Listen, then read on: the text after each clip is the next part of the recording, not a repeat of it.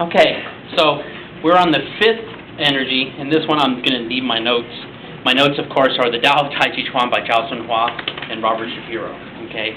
Because these last four are a little more complicated, so they're not as readily on the tip of my brain, but there's some very good information here. And actually, I'm going to read a little bit of it, and then I might stop and explain some things on it. This is a really, really cool as we get into the last four of these. So the fifth one is Tai. And Tai means to grab, okay? And what you'll hear me talk about here is when you grab, you have to commit to grabbing. Like it's a pull down, like needle at sea bottom. You have to commit to it. You can't fake a pull. It doesn't work. So you either pull or you don't pull. Don't fake a pull. Remember, it's two yang yaos over a yin yao, right? So it's two solid lines over a broken line. So it's two yangs on a yin. So that means if you do pull all of a sudden and it doesn't work out for you, you're not completely committed at the end, right? So you have to commit to the pull at the beginning, yang yang, but at the end you're not committed if they counter it, okay? And that creates an exercise called Dalu, which I don't think we've gone over, and I don't think we'll go over today. But it just essentially is, well, I can show you real quick. If he pulls on me, if he pulls on me, then I let him have the pull and I strike with my shoulder. That's the Dalu. And there's a whole repetitive series where I keep pushing on him and pulling, and then he keeps pushing on me and pulling, and we keep pulling on each other and countering with the shoulder over and over and over again. Right? And when we do partner push hands, it also shows up, this yang yao, yin yao, also shows up in partner push hands, is that if I commit to a pull like this, he can come in like that. Do you understand? Okay. Now, he wants to, if I'm doing a pull, I have to know that he could counter it like that. But I have to still commit, don't counter this time. Okay, I pull, I'm pulling him off to the side. Okay. When we talk about in Tai Chi, sometimes it's not like tiger style where we claw into them hard, okay? But you can, of course, grab. But that word grab, sometimes in the tournaments, are you digging in? Are you holding? You know, we're not in the tournament right now. You cup behind and pull. If he's pushing in, I can release and pull, okay? But if I pull hard and all of a sudden, what's the counter? Remember, I'm doing the pull exercise, the pull energy that we're on. I pull, he lets go with the shoulder. Now, I keep a little bit of reserve so that I don't get knocked. So at the reserve, meaning at the very end, when I go to the yin. So I pull. If I don't want to get nailed, I pay attention to that, and I can add the second hand. Does that make sense? Sure. Okay. Or there's a neat little exercise. Let's say he pulls, might be the better example. He pulls, I go for my shoulder, and then... You want me to go? No, come back up. I can stay straight. Right. Okay, let's do it one more time. If he does the pull, I can go, and then I have, actually he's thinking of his counter. Yeah, so there's a little bit of a circle here. I'm thinking of my counter, but we're not on my counter, we're on his counter, okay? So, let me go back to the book. Thank you, sir. And we'll do a little bit. It says, Tai can be practiced in two ways. The first technique, essentially the same as the posture known from the Yang school of Tai Chi Chuan of needle at sea bottom, is to bring the opponent's force downward. The second pull-down technique, which is used in response to attack to the crotch area, we'll cover that later, involves grasping the opponent's wrist and arm and pulling his or her body force downward to your side. So downward to your side is very important, because if you just pull downward, or you pull with both at the same time, you're setting up for them to get you. Okay? Because it is pulling, it's pulling to the side. It is not pulling with both and pulling them towards you. Of course, I picture you pulling their head into your nose. Okay, but, you know, you just set yourself up badly for that. Okay, so therefore when your opponent approaches with force, you respond by pulling down in a yang fashion. So you have to commit to it. If your opponent only follows your movement, however, that's what I showed you when I pulled him and he followed and shoulder struck me, or when he pulled and I followed and just went straight. Okay, I should actually show you if you don't, if he pulls and I just resist, watch what happens to me. Whoa, whoa, whoa, whoa, from push hands. Okay, so if he just pulls and I resist, he actually gets me off. If he pulls and I let go, then I'm right there. Yeah. Okay, does that make sense? So that's still just the counter. Thank you. So if your opponent only follows your movement, however, you simply yield by guiding the opponent's force away from his own body. That's what I did when I pulled and he yielded to me. I gave him a little bit extra to still have him go that way instead of shouldering me. In this way, you avoid the possibility of a counterattack. Okay? And then here's some key points. Tai is the main action involved in the four corners method of Dalu. So I mentioned that there's this Dalu exercise. A number of significant factors are stressed at the proper Tai posture.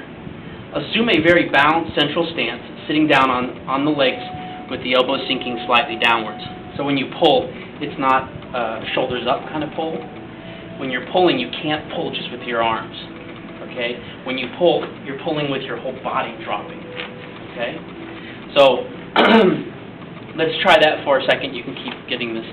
Okay, let's try that for a second. So what I want you to do, if you want to pull with your whole body, this is an exercise that will kind of trick your body into doing it.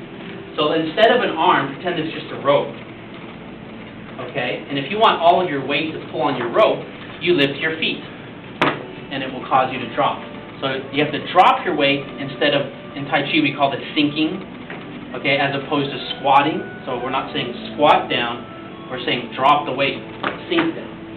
So in other words, the elbow is attached to your body on a pull down. Okay? It's a very powerful and effective move. Its image is the sun, and it's like the wind changing directions. It's all of a sudden, like the wind suddenly, if you're walking against the wind and it's blowing real hard, and then the wind changes directions all of a sudden and you lose your balance. Okay?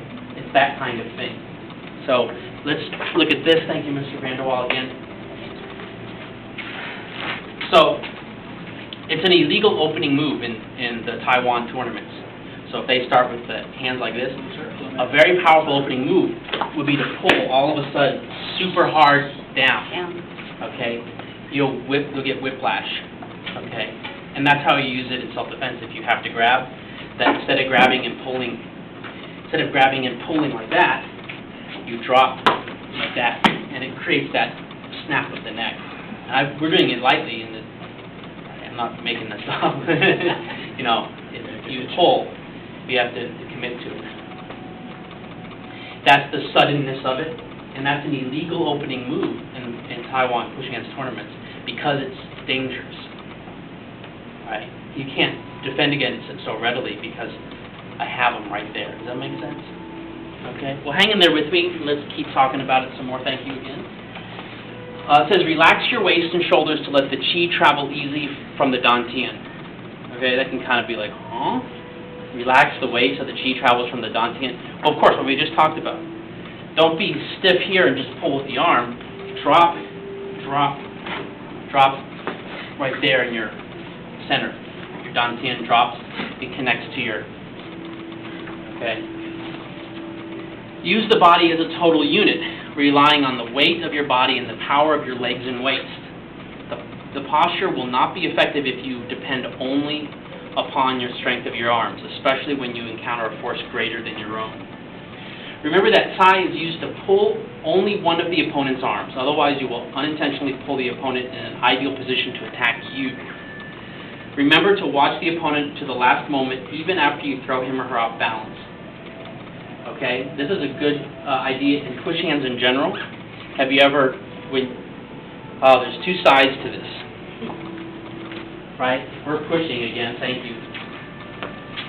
And let's say whatever the move is, he thinks he has me, and he stops going. Like let's say he does a little push, and then you just let go, and you just kind of don't pay attention for a second and look the other way.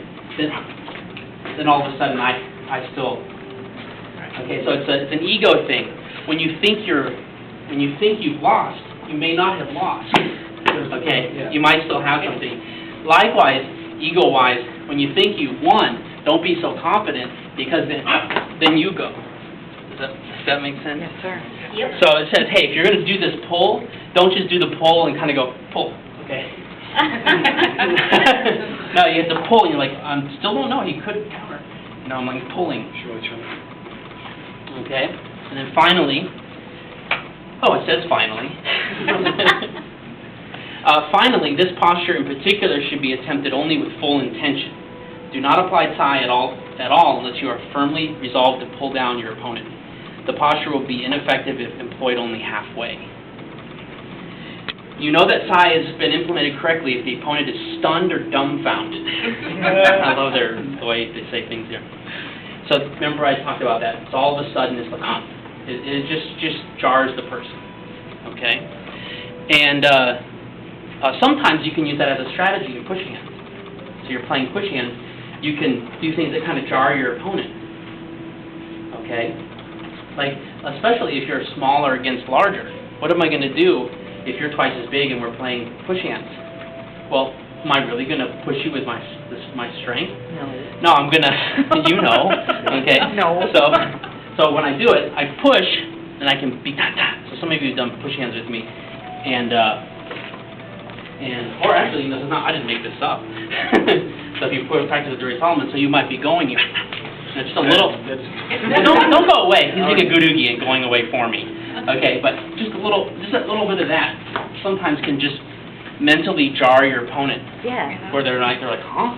Okay. That is not Cai, okay? That's not Cai, but it reminds me of it, and I want to share as much as possible on this recording for you. As always, it is necessary to take advantage of this moment and to follow Cai with push or press. So if I've done the jarring, as soon as I've done some jarring, he's a little bit disoriented for a second, and then I go for whatever move I really want. Okay? And then it suggests, of course, to do the needle at C bottom and then follow with fan through back, which, as you know, is exactly like the form. Come down and then come back up. Okay? So what I want to do is we'll do the little practice with each other, but you got to be careful when you pull. Okay? So let's try that.